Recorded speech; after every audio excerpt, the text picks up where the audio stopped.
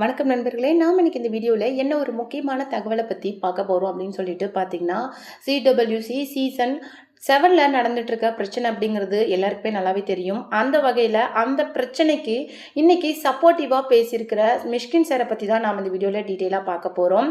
CWC season 7ல் வந்து திவாகர் மற்றும் கானா வினோத், புகழ், மாகாபா அப்படின்னு சொல்லிட்டு இவங்க 4 பேருக்கு நடுவில் அந்த பிரச்சனை அப்படிங்கிறது எல்லாருக்குமே தெரியும். அது சமூக வலைதளங்களில் மிகவும் வைரலாக போச்சு. நிறைய எமோஷனலான வீடியோவை மாகாபா ஆனந்தே சொல்லியிருந்தாரு. அவருக்கு ஆதரவு தெரிவித்து நிறைய செலிபிரிட்டிஸ், சூப்பர் சிங்கரில் இருக்கிறவங்க, சிடபிள்யூசியில் இருக்கிறவங்க அப்படின்னு சொல்லிட்டு நிறைய பேர் அவருக்கு ஆதரவு தெரிவித்தும் திவாகரோட செயல்பாடுகளுக்கு கண்டனம் தெரிவித்தும் பேசியிருந்தாங்க. அந்த வகையில் மிஷ்கின் சார் வந்து இன்னைக்கு மாகாபாவுக்கு ஆதரவு தெரிவித்து ஒரு விஷயத்த சொல்லியிருக்காரு. அது என்ன அப்படிங்கிறத பற்றி தான் நாம் இந்த வீடியோவில் டீட்டெயிலாக பார்க்க போகிறோம்.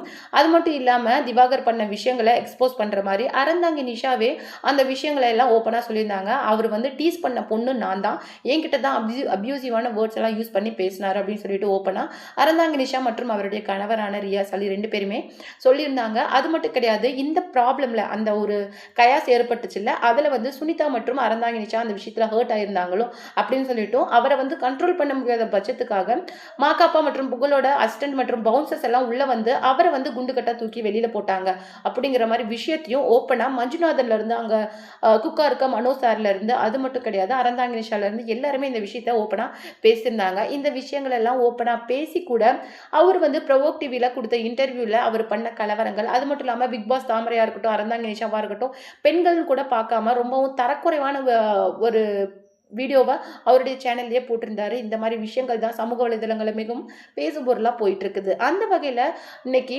மாகாபா ஆனந்த ஆதரிச்சு இன்னைக்கு பேசியிருக்க மிஷ்கின் சார் என்ன சொல்லியிருக்காரு அப்படிங்கிறத பற்றி தான் நாம் இந்த வீடியோவில் டீட்டெயிலாக பார்க்க போகிறோம். வீடியோக்குள்ளே போகிறதுக்கு முன்னாடி நீங்கள் நம்ம சேனலுக்கு புதியவராக இருந்தால் மறக்காம நம்ம சேனலை சப்ஸ்கிரைப் பண்ணி ஃபாலோ பண்ணிக்கோங்க. வாங்க வீடியோக்குள்ளே போகலாம். அறந்தாங்கி நிஷா என்னதான் இந்த விஷயத்தை பற்றி ஓப்பனாக வந்து சொல்லியிருந்தாலும் அவங்க வந்து சேனல் சைடு பேசுகிறாங்க, காசு வாங்கிட்டு பேசுகிறாங்க. அது மட்டும் கிடையாது, நான் உங்களை ரொம்பவும் நல்லவங்கன்னு நினச்சேன். அது மட்டும் இல்லாமல் அக்கா மாமா மாதிரி உங்கள் 2 பேரையும் நான் நினச்சேன். ஆனால் நீங்களே இந்த மாதிரி மாற்றி பேசுவீங்க அப்படின்னு சொல்லிட்டு நான் கொஞ்சம் கூட எதிர்பார்க்கல. உங்களுக்கு என்ன ஆச்சு, எனக்கு ரொம்ப கஷ்டமாக இருக்குது, ஏன் இந்த மாதிரி பொய் பேசுகிறீங்க அப்படிங்கிற மாதிரி திவாகர் ஒரு வீடியோ சொல்லியிருந்தாரு. அந்த வகையில் இன்னைக்கு மாகாபா ஆனந்தா ஆதரிச்சு மிஷ்கின் சார் என்ன சொல்லியிருக்காரு அப்படின்னு சொல்லிட்டு பார்த்தீங்கன்னா, எப்போவுமே ஒரு விஷயம் தப்பு அப்படின்னா அதுக்கு ரொம்ப போல்ட் அண்ட் பிரேவா வந்து பதில் சொல்றது மிஷ்கின் தான். எந்த ஒரு விஷயம் அது திரைப்பட சைடில் நடந்திருந்தாலும் சரி, இன்னைக்கு சூப்பர் சிங்கரில் நடந்திருந்தாலும் சரி, ஓப்பனாக அந்த விஷயத்த பேசுறதுல ரொம்ப போல்டான பர்சன் அப்படின்னே சொல்லலாம் மிஷ்கினை. அந்த வகையில் மாகாபா ஆனந்த பற்றி என்ன சொல்லியிருக்காரு அப்படின்னு சொல்லிட்டு பார்த்தீங்கன்னா, என்னதான் எவ்வளோ பெரிய விஷயங்கள் நடந்திருந்தாலும் அது ஒரு பக்கம் இருக்கட்டும், ஆனால் இன்னைக்கு எனக்கு தெரிஞ்சு அவர் வந்து ஃபீல்டில் குறைஞ்சது ஒரு 5 to 6 இயர்ஸ்க்கு மேலே இருப்பார்.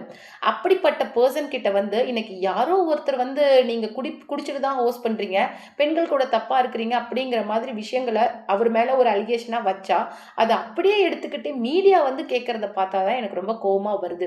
நீங்கள் குடிச்சிட்டு தான் ஹோஸ்ட் பண்ணுறீங்களாமே அப்படின்னு சொல்லிட்டு ஒரு ப்ரொஃபஷனலாக இருக்கிற ஆள்கிட்ட ஒரு கொஷின் பண்ணும்போது அது அந்த ஆளுக்கு எவ்வளவு வலிச்சிருக்கும் அப்படின்னு சொல்லிட்டு உங்களால் கற்பனை கூட பண்ணி பார்க்க முடியாது. அந்த விஷயத்தை தான் நீங்கள் பண்ணிட்டு இருக்கீங்க. திவாகர் வந்து எப்பேற்பட்ட பர்சன் அப்படிங்கிறது உங்களுக்கு எல்லாமே தெரியும். ஏன்னா நிறைய மீடியா பர்சன்ஸே நிறைய பேர் அவங்கள இன்டர்வியூ எடுத்திருக்கிறீங்க, ஏர்போர்ட்டில் அந்த மாதிரி ஸ்பாட் பண்ணி கொஷின் கேட்டுறீங்க. ஸோ அப்படி இருக்கும் போதே முன்னுக்கு பின் முரணா பேசும்போதே அவரை பற்றி உங்களுக்கு நல்லா தெரியும். அப்பேற்பட்ட பர்சன் சொன்ன விஷயங்களை இன்னைக்கு உண்மையா அப்படின்னு சொல்லிட்டு சம்மந்தப்பட்டவங்க கிட்ட நீங்கள் வந்து கேட்கும் போது அது எப்படி இருக்கும், அது உண்மையா இல்லையா அப்படிங்கிறத நீங்கள் கேட்குறீங்க அப்படின்னு சொல்லிட்டு எனக்கு புரியுது. ஆனால் ஒரு வழியில் இருக்கிறவங்க கிட்ட இன்னும் குத்துற மாதிரி ஒரு கேள்வி கேட்டால் அது எந்த அளவுக்கு மோசமாக இருக்கும் அப்படிங்கிற விஷயத்தை தான் மிஷ்கின் சார் வந்து சொல்லியிருக்காங்க. என்ன ப்ராப்ளம் நடந்திருந்தாலும் சேனல் சைடு வந்து ஏன் சைலண்ட்டாக இருக்காங்க அப்படின்னு சொல்லிட்டு பார்த்தீங்கன்னா, எனக்கு ஒரு தாட் என்னென்னா, இதில் இன்வால்வ் ஆகிருக்கிறது ஒரு பொண்ணு.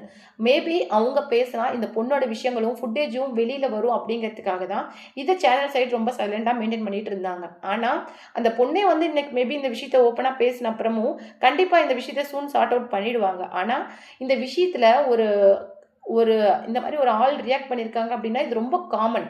கண்டிப்பாக நமக்கு கூட வேலை செய்கிற மேபி கோ ஆங்கராக இருக்கட்டும், கோ ஜட்ஜாக இருக்கட்டும், கூட வேலை செய்கிறவங்க அப்படிங்கிற பட்சத்தில் அவங்களுக்கு ஏதாவது ஒரு ப்ராப்ளம்னா அதை எப்படி அவங்க சைலண்ட்டாக இருப்பாங்க? கண்டிப்பாக அதுக்கு வாய்ஸ் அகெயின்ஸ்டாக ரைஸ் பண்ணுவாங்க. அந்த மாதிரி ஒரு நார்மலான விஷயம் தான் எனக்கு தெரிஞ்சு நடந்திருக்கு.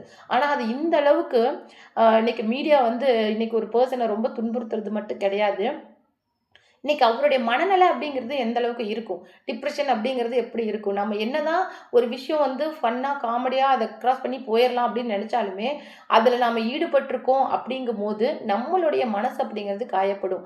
கண்டிப்பா மாகாபா ஆனந்தோட மைண்ட் செட் மென்டாலிட்டி அப்படிங்கிறது, இந்த சமீப காலமா ரொம்பவும் மோசமான நிலைமையில தான் இருக்கும் அப்படிங்கிறது எல்லாம் தெரியும். ஏன்னா அவர் சொல்லும்போதே, "நான் இன்னைக்கு சித்திரை 1 நான் எங்க இருக்கேன் அப்படிங்கிற பாருங்க. ஆனா எனக்கு இது ஒரு பிரச்சனையும் கிடையாது.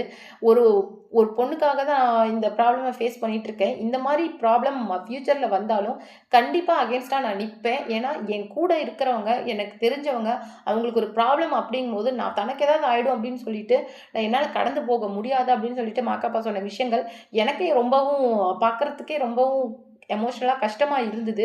இந்த ப்ராப்ளம் வந்து இது ஒரு பெரிய ப்ராப்ளம் கிடையாது. ஆனா மீடியா இத பெருசா பண்றீங்க. அது மட்டும் கிடையாது. அந்த நபர கூப்பிட்டு குறைஞ்சது ஒரு 50 இன்டர்வியூவாவது யூடியூப் சேனல்ஸ் குடுத்துருப்பீங்க, எடுத்திருப்பீங்க.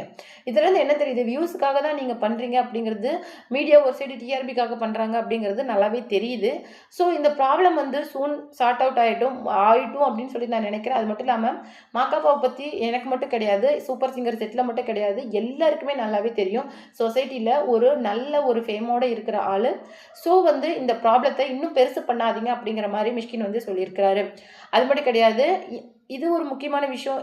அப்புறம் இன்னொரு முக்கியமான விஷயம் என்ன அப்படின்னு சொல்லிட்டு பார்த்தீங்கன்னா, 2026 எலக்ஷன் தேர்வுகள் முடிஞ்சுட்டு ரிசல்ட் அனௌன்ஸ் பண்ணிட்டாங்க. இதுல 1977ல எம்ஜிஆர் பெற்ற வாக்கு சதவீதத்த விட கிட்டத்தட்ட 34.9% வாக்குகள் பெற்றிருக்கிறாரு. அது மட்டும் கிடையாது. பெர்சன்டேஜ் ஆஃப் வோட் வாங்கியிருக்காரு. 33% வாக்குகள் தான் எம்ஜிஆரே ஃபர்ஸ்ட் எலக்ஷன்ல வாங்கியிருந்தாரு. அத பீட் பண்ணி இன்னைக்கு விஜய் அப்படிங்கிற ஒரு பெர்சன் தனிநபர் வாங்கியிருக்காரு அப்படிங்கிறது ரொம்ப பெரிய விஷயமா பார்க்கப்படுது.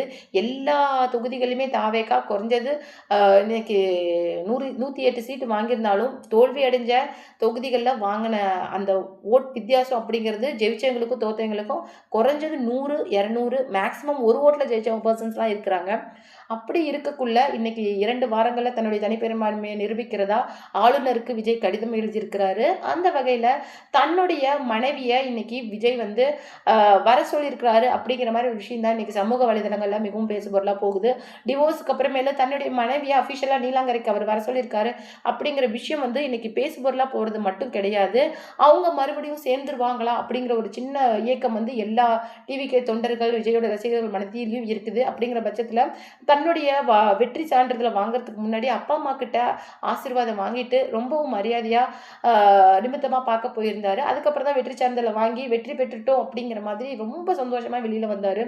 ஏகப்பட்ட பிரச்சனை, கரூர் இஷ்யூ அந்த மாரி ஏகப்பட்ட பிரச்சனைகள கடந்து இன்னைக்கு தாவேகா அப்படிங்கிற கட்சி தனிப்பெரும்பான்மையை நிரூபிச்சு இன்னைக்கு 2026 முதலமைச்சர் அப்படிங்கிற ஒரு சிம்மாசனத்துல இன்னைக்கு விஜய் அமரப் போறாரு அப்படிங்கிற ஒரு விஷயத்துக்காக நெறைய பேர் வந்து இன்னைக்கு அவர் பக்கம் சப்போர்ட்டிவா நின்றுருந்தாங்க. நீங்க யாருக்கு வோட் பண்ணீங்க இந்த 2026 எலக்ஷன்ல அப்படிங்கிற உங்களுடைய விஷயங்கள மறக்காம நம்ம கமெண்ட் பாக்ஸ்ல ஷேர் பண்ணுங்க.